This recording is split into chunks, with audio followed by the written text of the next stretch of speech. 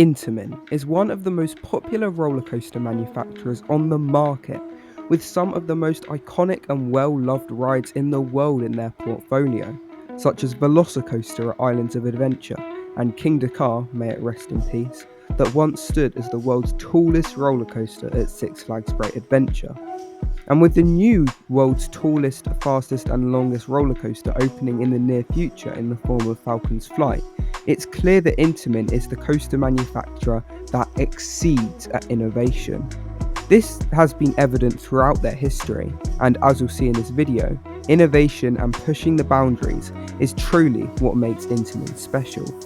But where did this all begin?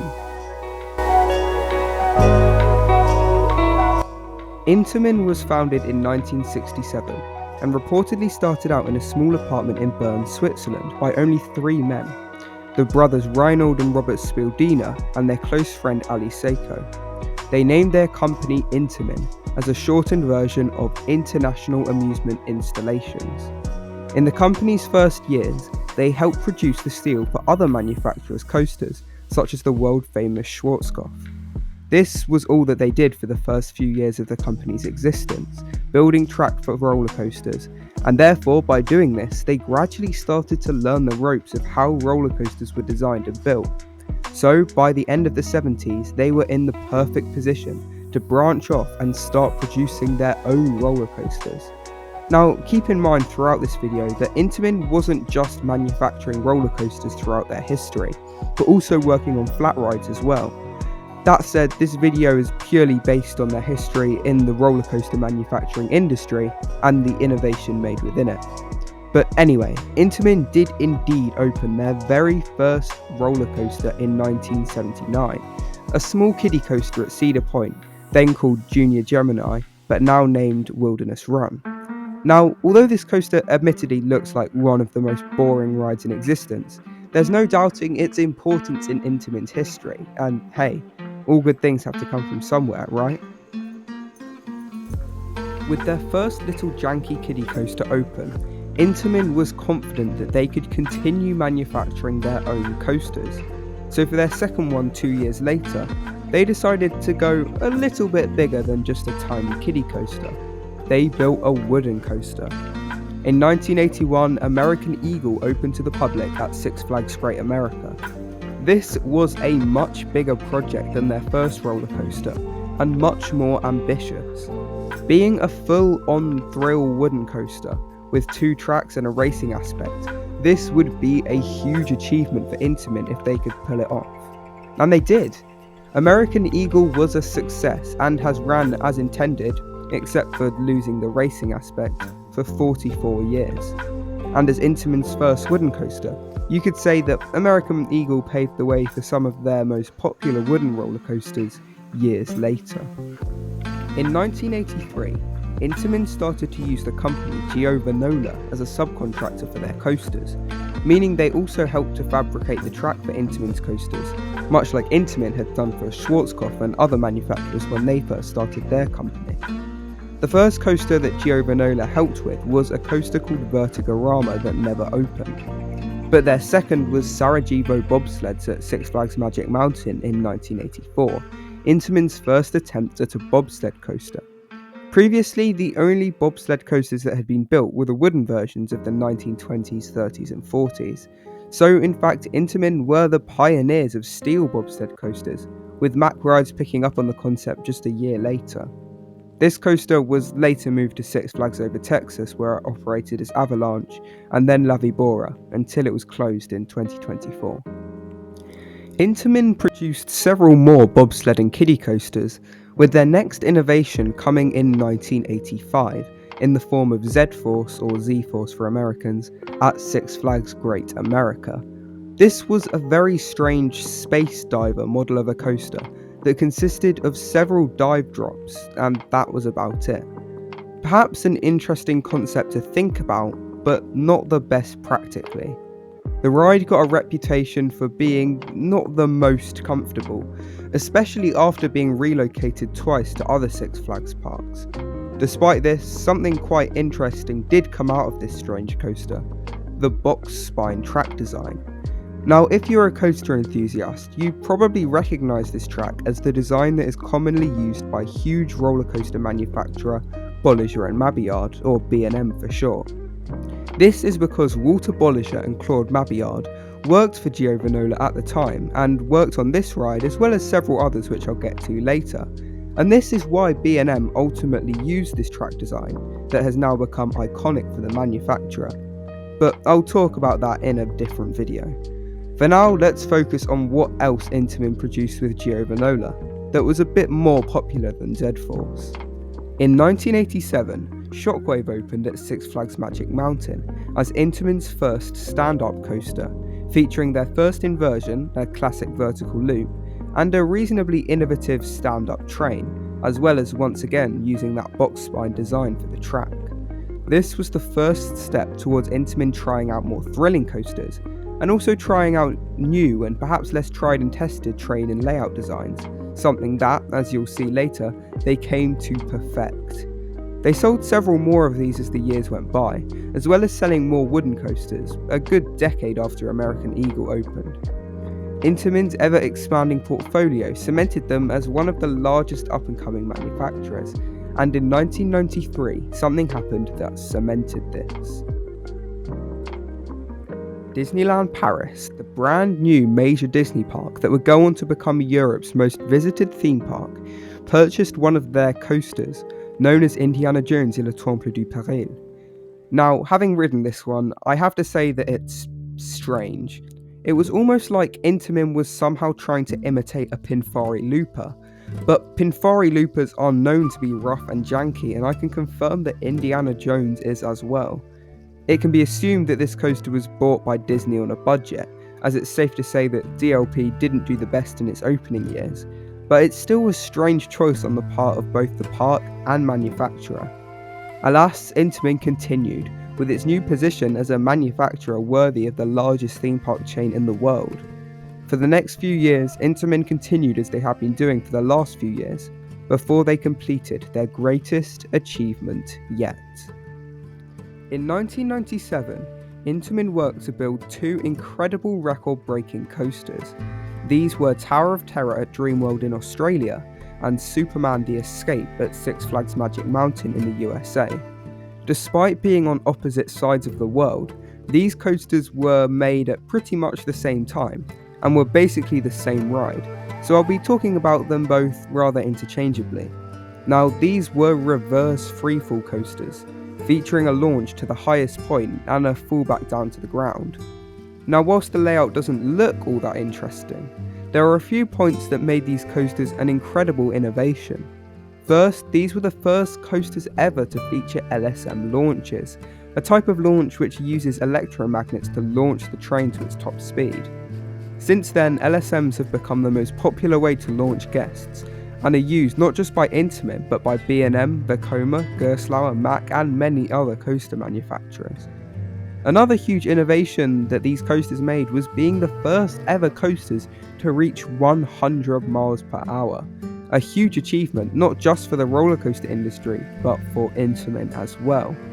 The company had now ran face first into the Coaster Wars, a battle between parks to install the tallest, fastest, longest coasters in the world. Now, why was joining this war significant for Intamin? Well, you'll see why later, but let's just say they never really left it. As for Superman and Tower of Terror, both coasters have since sadly closed, but the effects they had on the industry are still seen today. And Intamin didn't stop.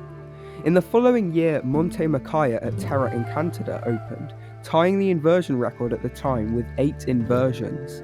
The ride featured large elements such as a cobra roll, a loop, a double corkscrew, and 3 back-to-back heartline rolls. Now, tying a record admittedly isn't as exciting as breaking one, but this paved the way for an actual record breaker a few years along the road.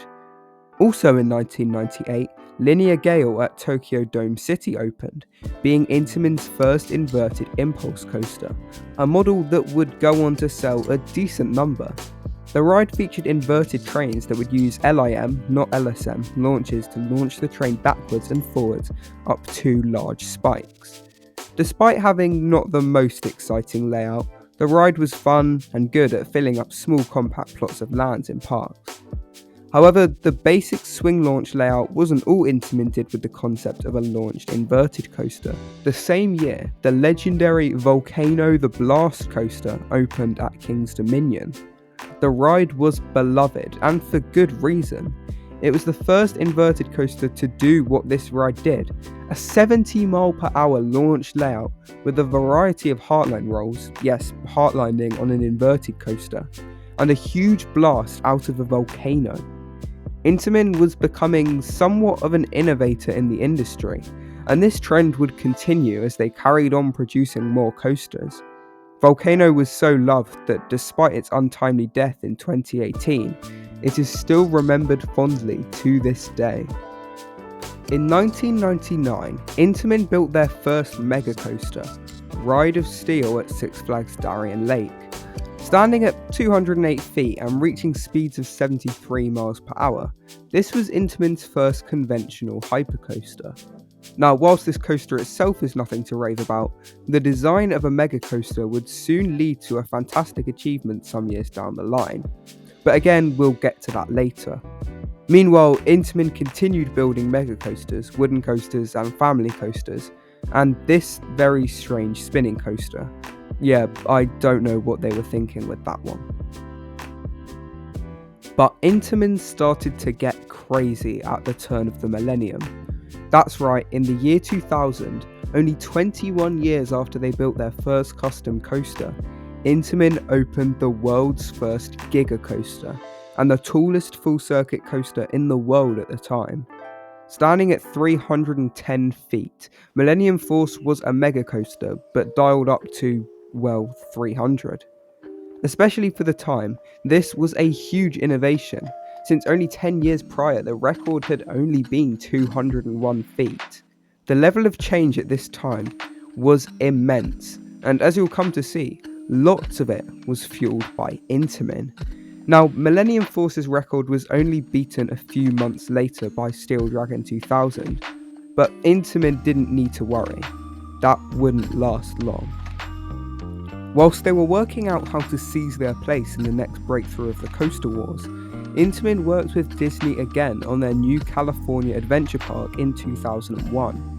Again, working with Disney was another huge opportunity, and this time the coaster was much better than a knockoff Pinfari Looper. California Screamin', now known as Incredicoaster, was an LIM launch coaster, more geared towards families but still featuring one inversion, a vertical loop. Intamin still wasn't stopping though. Since it was now one of the main go-to manufacturers, it had a lot of parks building their coasters, and with that demand, it led to lots of areas for trying out new ideas. One such idea came to fruition in the same year. Intamin had been continuing to build wooden coasters since American Eagle in 1981, but had always constructed them using traditional methods of constructing the track on site. However, their new concept, the prefabricated wooden coaster, was much different. Rather than having the track be cut and bent into shape on site, the wooden track was fabricated off site and then brought over to the park and put into place, much like a steel coaster. The aim was to make a smoother and more precise experience, and they achieved that. Colossus opened at Hyde Park in 2001 and featured a layout jam-packed with airtime, proving to Intamin that the prefab wooden coaster could be a success. In 2002, Intamin broke yet another world record, and this time it wasn't to do with height or speed, it was inversions. At the time, the inversion record was still 8, and was held by a multitude of coasters. When Intamin was tasked with building a 10 inverting coaster for Thorpe Park, they jumped on the opportunity and designed Colossus. However, the layout they designed wasn't the most inventive. On its own it was, but the way they designed it was to simply add 2 extra heartline rolls to the ending of their 8 inversion layout, turning it from an already dizzying triple heartline roll to a quintuple heartline roll. Despite now being one of the roughest coasters in the UK, there's no doubting Colossus's importance in advancing the industry and proving that a layout with lots of inversions can work. And it did. Intamin went on to sell quite a few more of these, including a more modern version a little later down the line. That same year, Intamin debuted a revolutionary concept, at least at the time, the hydraulic launch. First appearing on Accelerator at Knott's Berry Farm, this made use of hydraulic fluid in a catch car to launch trains at a startlingly high acceleration. In the case of Accelerator, the launch went from 0 to 82 miles per hour in 2.3 seconds, giving it an acceleration of just under 16 meters per second squared. This new technology was wildly impressive, given that it could easily reach incredibly high speeds. Intamin had found themselves a new way to snatch up the speed record when the time was right. The rest of Accelerator's layout consisted of a large top hat and several drawn-out turns, but overall that launch was the real star of the show. Throughout the following year, Intamin produced another prefab wooden coaster, their first half-pipe coaster, and a huge hyper in the middle of Tokyo. However, their next biggest achievement came in April of 2003. Top Thrill Dragster at Cedar Point was their next Accelerator coaster, with another hydraulic launch. However, this hydraulic launch reached 120 miles per hour and sent trains up 420 feet into the air, the world's tallest and fastest roller coaster at the time, and the world's first ever stratocoaster, that being a coaster over 400 feet tall. Intamin was innovating so much at this time that it could be argued that they were the main driving force of the coaster wars, willing to accept whatever challenge came up next. And although its hydraulic launch has since been removed, Top Thrill Dragster still stands as the world's tallest roller coaster, now as Top Thrill 2. An innovation that was a little less important than Top Thrill Dragster, but still significant, also came in 2003. That was their first Aquatrax coaster, Atlantis Adventure at Lotte World, a whippy little ride with lots of twists and turns and even a splash of sorts.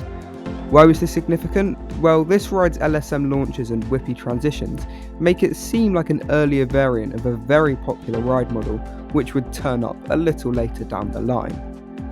For Intamin, 2004 consisted of their first inverting accelerator and another half-pipe.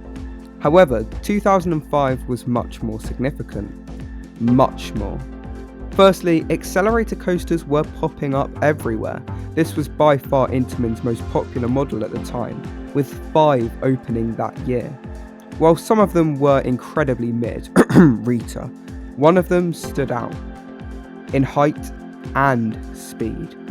That's right, Intamin was taking the records from themselves with King Dakar at Six Flags Great Adventure. This absolute behemoth was like Top Thrill Dragster if it went 8 miles per hour faster and was a whole 30 feet taller. The ride also featured a huge airtime hill at the end, something which Dragster hadn't had. At this point, it was clear that Intamin was the manufacturer to go to if you wanted any crazy idea to come true, and this trope has continued to this day. King Dakar was a symbol and an icon of innovation in coaster technology, and held its record for 19 years, before it was unceremoniously closed with no warning in late 2024. RIP car. Speaking of which, I think that this is a good time to mention that although hydraulic launches were extremely popular at the time, since they were incredibly well marketable and versatile, they weren't exactly long lasting. Recently, we've seen the closure of multiple classics like King Dakar and the conversion of Top Thrill Dragster into Top Thrill 2, as well as lots of downtime on others. So although these were huge innovations, it's safe to say that Intamin didn't make entirely sure that they were future-proof. The rest of 2005 consisted of a clone of Indiana Jones for Tokyo Disney Sea. Don't ask me why they went with this again, I have no idea. That being said, I've heard that this one is a lot less rough than the original in Paris. In 2006, Intamin brought to life, you guessed it, more accelerator coasters, as well as another 10 inversion coaster. They also built another coaster for Six Flags Great Adventure, one of the most iconic wooden coasters in the world, El Toro. Standing at a huge 181 feet tall and featuring a 76-degree drop, as well as some of the world's best airtime, El Toro became a huge hit.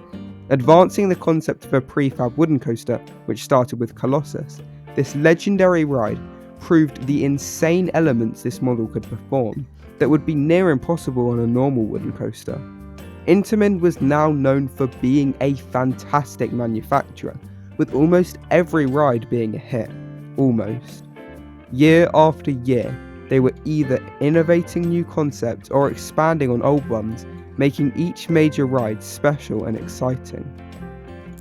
In 2007, Intamin's first Zack spins, Kernu and Inferno, opened. These rides made use of trains which flipped riders over as the train went through a series of compact Raven turns. This model was good for parks which needed compact but thrilling rides, but was also considered a little uncomfortable. Their first and only wing rider coaster also opened in this year. Furious Baco featured a hydraulic launch but had winged trains, where riders sat on either side of the track. This was yet another innovation for Intamin.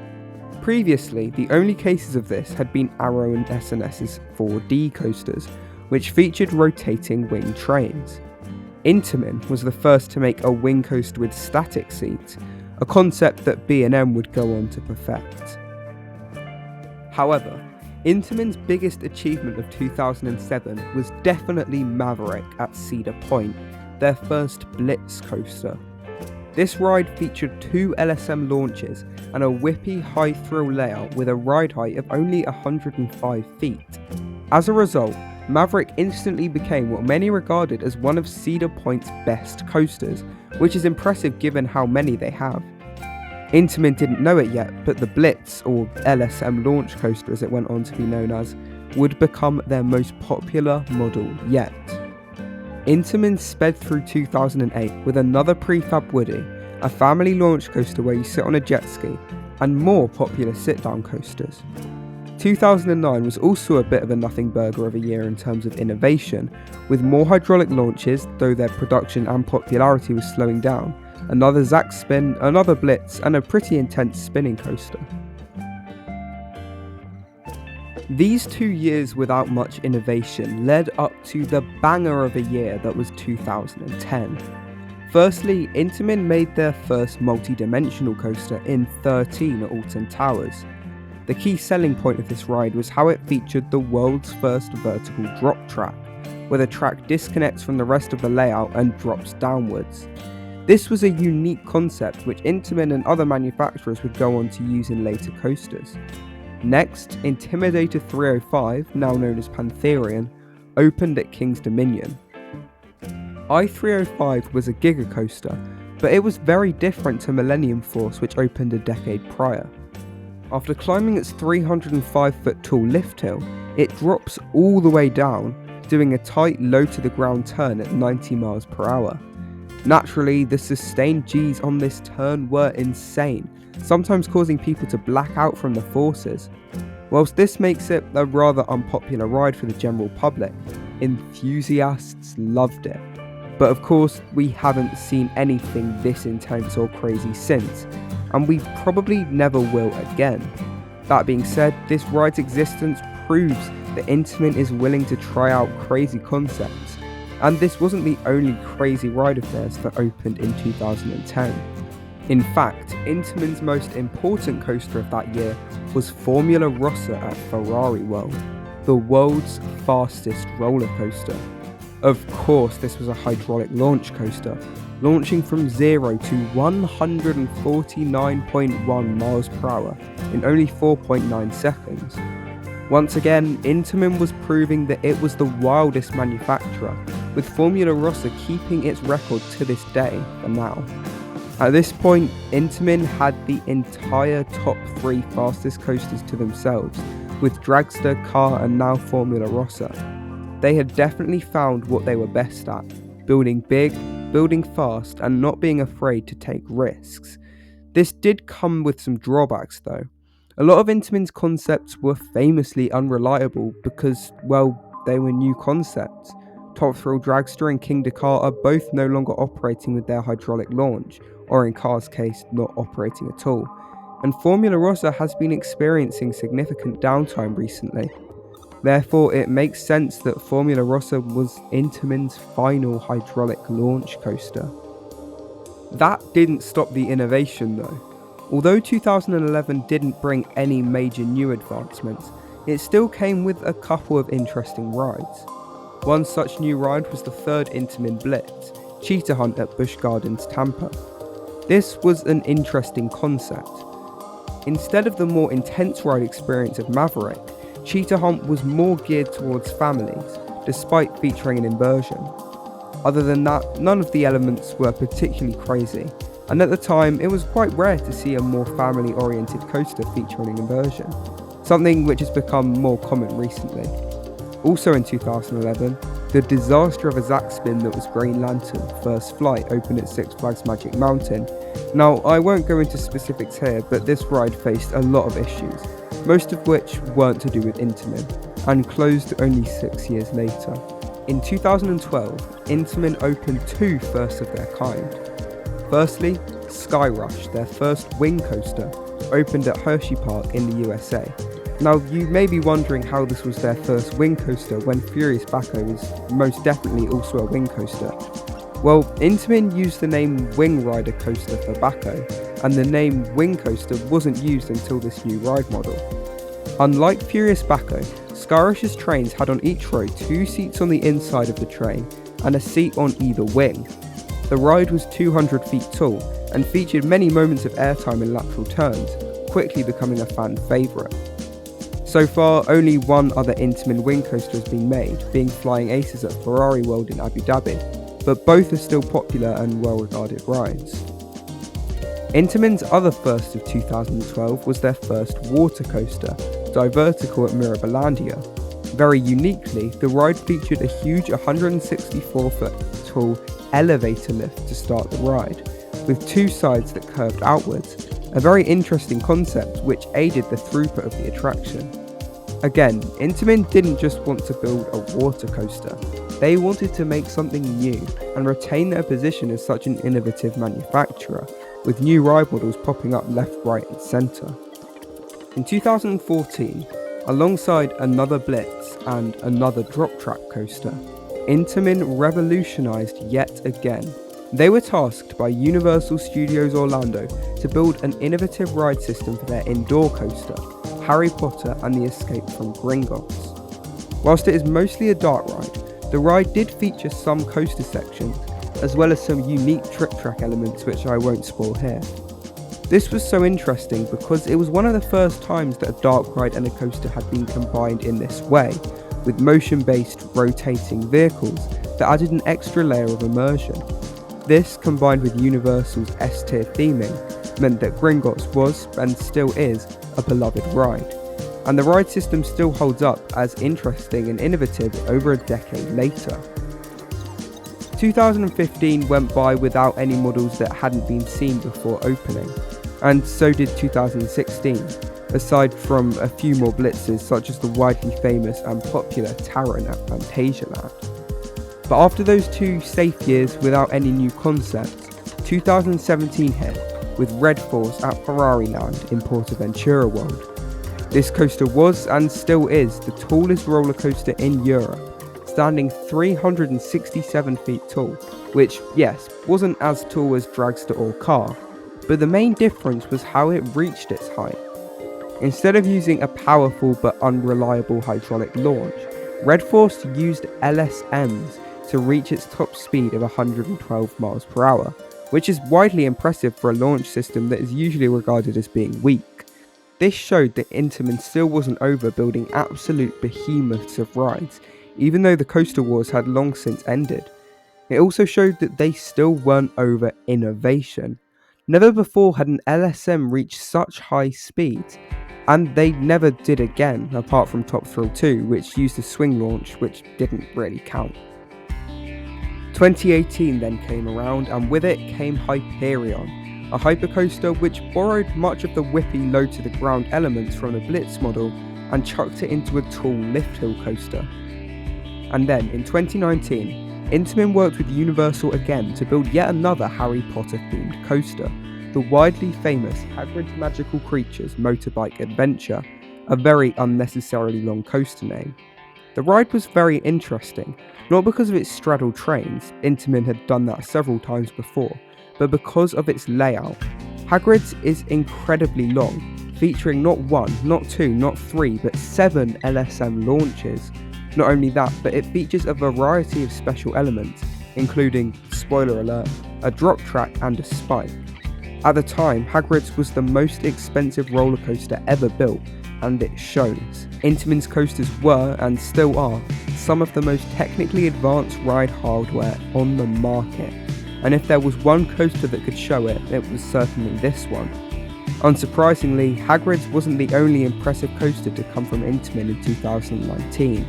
Dueling Dragons at Guangdong was a dueling pair of LSM launch coasters, one sit down and one suspended. Both tracks featured swing launches, with these insanely cool structures which both sides weaved through and utilised to their advantage. This wouldn't be the only time Intamin put some big old swing launches on their LSM launch coaster model though, but those would come a little later. The only other notable Intamin coaster of 2019 was Tiger at Linnanmäki, and though it didn't really do anything Intamin LSM launch coasters hadn't already done, it was a huge success, weaving through the terrain with a very forceful layout. Despite something rather catastrophic happening in 2020, there were still a couple of interesting Intamin products that opened that year, such as Shred the Sewers. And no, this ride wasn't themed to laxatives. It was another LSM launch coaster themed to Ninja Turtles, and I can find hardly any information on it, but it seems to have a very whippy and intense layout. However, their most innovative ride of that year was Objective Mars at Futuroscope, a family coaster with spinning cars and a drop track. So far, this is the only coaster of its type to be made, but there is a very similar and a little more exciting one opening soon, which I'll get to later. With things becoming a little more normal in 2021, a whole bunch of exciting coasters that had been planned for the previous year started opening up, and that combined with those that had been planned for 2021 meant that there was a huge number of Intamin coasters opening. For example, Conda at Walibi Belgium, a coaster that, like Hyperion, but 100 feet smaller, was a lift hill coaster with lots of airtime and low to the ground moments. Velocicoaster at Universal's Islands of Adventure, one of the most popular roller coasters in the world, and the ride that really positioned the LSM launch coaster as one of the best coaster models of all time. Studio Tour at Movie Park Germany, their third multi-dimensional coaster, but the first to really make use of the model with launches, turntables and backward sections, a near clone of Taron, and finally their first single rail coaster, similar to RMC's model but with launches and Intamin lap bars, Big Dipper at Luna Park Sydney. Whew, that was a lot. 2022 was a lot less intense than 2021, with only 2 Intamin coasters opening. However, they were both significant. Storm Coaster at Dubai Hills Mall was Intamin's first vertical launch coaster, uniquely being completely inside a building and wrapping around itself, meandering its way from the top of the launch all the way back down. The other coaster was Pantheon, another LSM launch coaster with a swing launch and spike, and like all other Intamin LSM coasters, a great layout. 2023 brought Tutatis at Park Asterix, a better themed Pantheon with a slightly different layout, Batman Gotham City Escape, what some argue is one of the best coasters in the world, and Manta, which looks like an alright coaster. Other than those 3 LSM launch coasters, see why I said they were the most popular Intamin model, the year also brought 2 family straddle coasters, and this vertical lift coaster called Whale Breaking the Sky roller coaster, which didn't do anything new or innovative for the company, but I just wanted to include it because of its name. The newest concept of the year was Uncharted at Portaventura World, which was one of Intamin's multi-dimensional coasters, with turntables and spikes and all that, but unlike the previous ones, its trains were more like dark ride cars and rotated into scenes, which had kind of been done before, but not in this exact way. Almost every year, Intamin had something new to show off, and in the background they were, and still are, constantly announcing new ride models, to the point where there are many models they have announced which have not yet come to fruition. In 2024, Intamin's most notable coaster was their second single rail coaster, Mahuka at Wallaby Roan Out, a vast improvement over Big Dipper in terms of smoothness and layout. Another notable coaster of the year was Gold Rush at Drayton Manor, an inventive family coaster with backward sections and the unique concept of different cycles depending on the day. And that brings us to 2025. So far, Intamin's biggest coaster has been Georgia Gold Rusher, a similar concept to their half-pipe model, but with a slightly different layout and a water splash element. As we look to the future, Intamin's innovation, which they have been consistent in for 30 years, continues. Remember Objective Mars? Imagine those trains on a thrill coaster, and you've got Fast and Furious Hollywood Drift coming to Universal Studios Hollywood next year, with some of the craziest elements on a coaster, all whilst taking them in any direction. If this is anything like Max Extreme spinning coasters, then we're in for a treat. But, of course, the elephant in the room is Falcon's Flight, coming to Six Flags Qiddiya, apparently this year. Now, Saudi Arabia's controversial policies aside, and focusing on what this means for Intamin from an engineering standpoint, this coaster looks to be wildly impressive. The tallest coaster record was last broken in 2005 with King Dakar. The fastest coaster record was last broken in 2010 with Formula Rossa. Falcon's Flight is smashing these records and snagging the length record as well, standing 639 feet tall and reaching a predicted 155 miles per hour. All of this not with the hydraulic launch, but with the much weaker LSM launches. And an interesting long layout. If there was one coaster that characterised Intamin's journey, it would be this one. Starting out with kiddie coasters and already done concepts, they soon moved on to trying out new things, and soon became the go-to manufacturer for innovation and record taking. In versions, speed and height, they did it all, and this innovation guided them even after the Coaster Wars, creating new concept after new concept. This is what really sets them apart from other coaster manufacturers. They aren't afraid to take risks and do things that have never been done before, and it has left us with some of the most insane, intense coasters in the world. Let's just hope that Falcon's Flight is reliable, because let's just say the hydraulic launch coasters haven't aged too well.